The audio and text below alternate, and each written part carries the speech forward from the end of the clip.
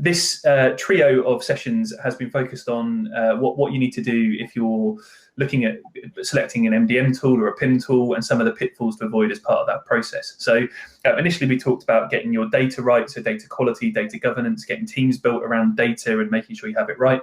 In the last session, we talked about the importance of telling stories and focusing on the why you're doing things rather than the how you're going to do the project.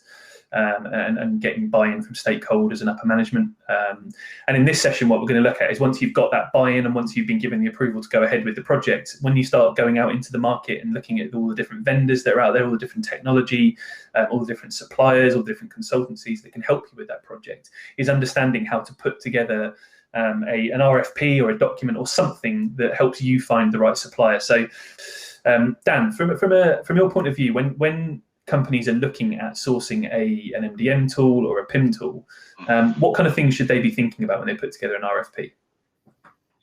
I mean, the key for me is a lot of the stuff is in the prep, to be honest with you, and making sure that actually that the RFP, before the RFP even goes out and vendors start sort of vying for being your MDM supplier, you need to make sure that everything's very clear in-house, in that, you're very clear about what you're asking for, what you're trying to achieve, why you're trying to achieve it. And above that as well, alongside that rather, you need to be clear, have you got everyone you need involved, ready, lined up? Because an RFP process, you don't want it to go on. Some RFP process can go on for months and months and months, sometimes even into years. And actually you want it to be quite succinct. Once you've got to that point where you have that buy-in, you need to seize the moment, you need to move forward. Hopefully before you get to an RFP point, you've either in-house, you're very clear of what you're looking for, or you've spoke to somebody with that expertise who can help you tease out those things of what you're trying to achieve, why you need it, and how you're going to go about doing it. Hopefully as well, maybe even have some demos, maybe off a one-pager from a couple of MDM or PIM vendors that you can kind of bring in, just to get an idea of the art of the possible. As I said, once you get to the RFP point, it's making sure you've got everyone involved that needs to be involved. You're going to need people in writing the RFP from IT, whether it's in the cloud, whether it's hosted yourself. You're going to need people from IT, from architecture. How's it going to talk to other systems? Somebody who can kind of ask the right questions around that. You're going to need all the business stakeholders. Your functional requirements is likely to span several departments, so you want to make sure you can give the vendor a clear idea of what you're looking for. You're going to need someone from legal or procurement, because you're going to have a way of doing things, and you've got to make sure that they're comfortable. Someone's assessing the costs and signing off how much it's going to, whether or not that's acceptable. So you've got to make sure you're getting back what the data you need there. So you need to make sure those people are lined up, and then you need to ask yourself, do I have the in-house expertise, number one, to write the document, and number two, do I know what I'm asking for? Do I actually know? I know that I've got some business requirements. Do I actually know what I want my PIM to do, what I want my MDM solution to do? So you need to understand those kind of things, and whether you need to bring someone in to help, or whether actually you can manage this. This is something your company does all the time. Then making sure that everyone's aligned, I guess, and clear on why you're on this journey and where PIM or MDM features.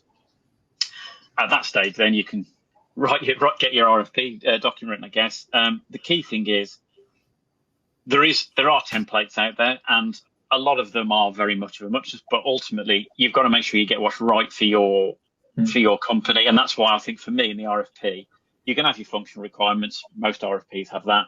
You're going to have your non-functional, your system requirements. You're going to have your supplier requirements as well, finding out about what the supplier, finding what they're about. Are they a reputable company? Are you happy with them? Do they fit into your criteria? Alongside that, then you need to give them the best possible opportunity to come to give you what you need. And that comes into making sure they're clear on what your vision is, what your use cases are, what do you need from them, very clear on the process, that side of things, and making sure you arm them with all the right things. And actually when they come and present you, both in terms of a document they present back to you and in terms of physically presenting, that they can give you the best possible them. And also they don't give you a sales pitch, because if you give a vendor free rein, they'll come and tell you all the best things about their product.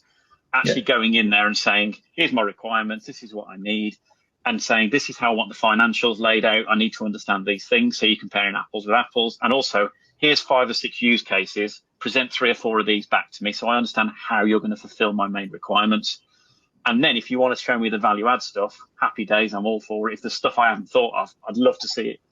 But I actually don't want to just see what you want to show me, because they might be hiding things under there that actually aren't maybe as well developed as they'd like to kind of imply. That makes sense. Yeah. So it's interesting because it focuses a lot on the things we've already discussed previously. So things like the things where Stuart was talking about data quality and building these teams internally. People, they're the kind of teams you can consult when you're coming to do the RFP. You can go back to those teams and understand what they need from it. And like Scott was talking about in the last session, when you're getting buy-in from management and telling stories, is you can then build that into your RFP as well, because that's the why you're doing it, and you've already told that story. So all those elements should help you build the RFP that gets you the right solution for your needs. All that thing from the data story session, hopefully, is going to give you a lot of that material to go in the RFP. I try to put some pictorial views of things, try and show them where at the moment the pinch points are and things like that. Make sure they're very clear that we know where we're going. But the key thing as well is, as you just sort of said there, you need people involved. You're going to need them involved to prepare the document. You're going to need the right people to grade the document, if you like, to make sure that they're comfortable with the responses. And you need those people in the sessions. And then they're going to be the people that are involved further down the line in helping set up the processes, the governance structures, reviewing the design, that sort of thing. So you've got to make sure that there's a buy-in from the vendor, but you've got to make sure that they're aware the buy-in is there from you as well. Yeah. And I suppose one question which would be quite an interesting thing is, obviously we're going to have quite a bias towards this, obviously being a data consultancy, but what would you see as the value of when you've got the RFP done, whether you go directly to the vendors or would you go to a consultancy? What would you see the value in both approaches? Stuart, I don't know whether you want to jump in a little. You've got a thought on that? Well, consultancies can be involved at various points. Going back to one of Dan's points around requirements. So, to some extent, you can never have enough requirements. You can never do enough work to get your requirements understood up front. So that when you're going to the vendors and saying, I want you to give me something that does this, please. Not what you're just going to give us. We need use cases to be addressed. And if you want to go down that route, then if you don't have the available person power or you don't have the experience of doing this, it's worth getting a consultancy to help you. Okay. We also, and think something that Dan's worked on extensively is our commas method on how to run an RFP process.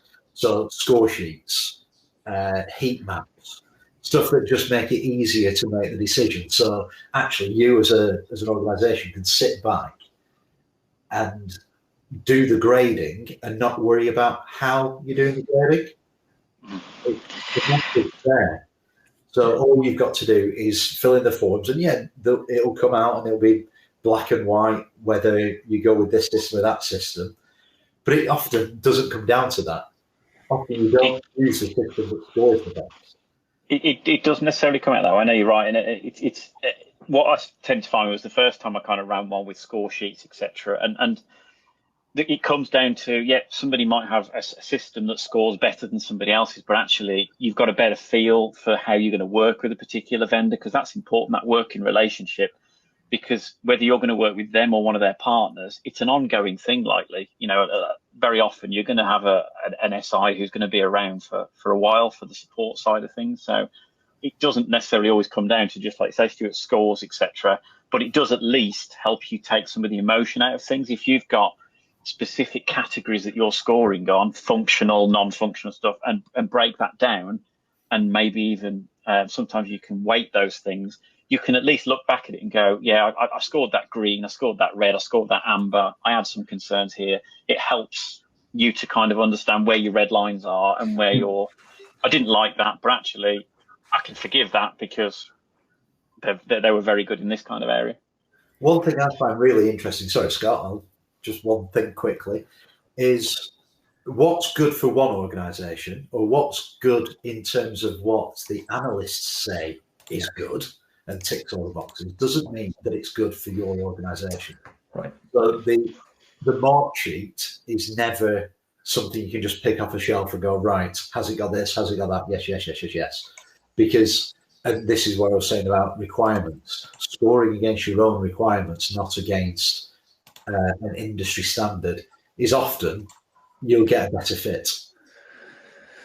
Yeah. I think external consultative expertise gives you two really important things. It gives you validation and it gives you perspective. And those are things that almost literally you can't have if you're just so myopically, within your own organization. So if you're working internally with a team that's done an MDM implementation maybe a couple of times versus being able to dip into a consultative resource that's done it dozens or hundreds and across different verticals and sees all of these. And for me, a lot of the value certainly I bring to an organization is kind of seeing those patterns, seeing those motifs, going, all right, I know you feel that your situation is so completely unique because of your business that, you're special, but you may not be unique here. So it's just, there's so many common challenges, so many common objectives that enterprises have. I feel they're in a lot of cases, they're more the same than they are different, regardless of what business they're in. So there's that at least slice of it, and you need that validation and you need that perspective. You can run into danger, I think, Scott, if you run something internally sometimes, and it can be run very. I've been involved in RFPs where it's all internally run, but there's a danger sometimes that you can run into the pathway of thinking my organisation is unique, well, I'm completely different to everyone else. And the likelihood is you're not. And actually, what you don't want to end up with is a heavily customized solution.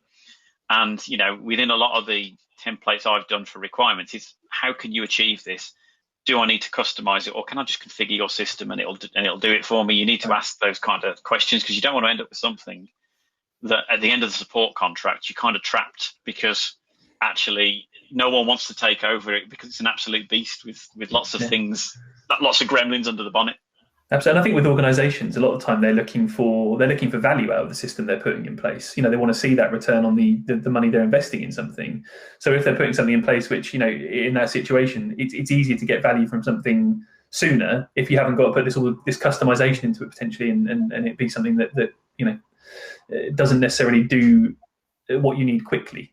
And because MDM and master data is such an enabler, that value isn't always apparent to the users. They may not see it, but they sort of feel it when it's not right or when it is right. And so again, it's incumbent to make sure that you're keeping those top of mind. What is this going to enable? An MDM only use case is oxymoronic with an accent on the moronic. It doesn't do anything for itself, right? You don't just do data quality to have better data quality. It has to enable other things across the organization. So making sure you can put that into operation, put that into production is critical. And you can build a whole lot of questions, thousands of questions if you want. But a lot of the answers to those questions will be the same, whoever you ask. Yes. So that's another bit of value that people who've done this tens, hundreds of times before can bring. They can say, no need to ask that question because you're just going to waste your time writing it and the vendor's time answering it. So if they don't need to answer that, they can answer some of the more specific things that are going to differentiate them. And that's where those user stories come in useful. And we did it on all of the most recent ones. We sent across basically a pack of here's 6-7 user stories, and just sort of said, look, appreciate you're not going to play back all of these, but can you play back at least 4 of these? Show me what it would look like in your system, and sometimes show me under the bonnet. Show me, have you configured that? Have you coded that? How do I actually bring that to life so you can understand it? Because one thing as well is, have you got an IT department that's going to support this beyond that, or actually do you outsource all of your IT? Because that might make a big difference to how you go about things. One thing I really enjoy, we sit on both sides of this transaction. We sit with software vendors being asked these questions. And we also sit on the client side and on the consumer side asking the questions. So, and when we're on that side, we know the amount of work and we know the type of work that the vendors have got to do to answer those questions. whether it is something that they can be boilerplate. And some stuff that can be boilerplated is valid, or whether they've got to do a bit of work and a bit of thinking. And sometimes that shows the amount of dedication or the amount of commitment that the vendor has to this process. And maybe it's a sign of how much commitment that vendor will have to the actual implementation going forward and the support going forward.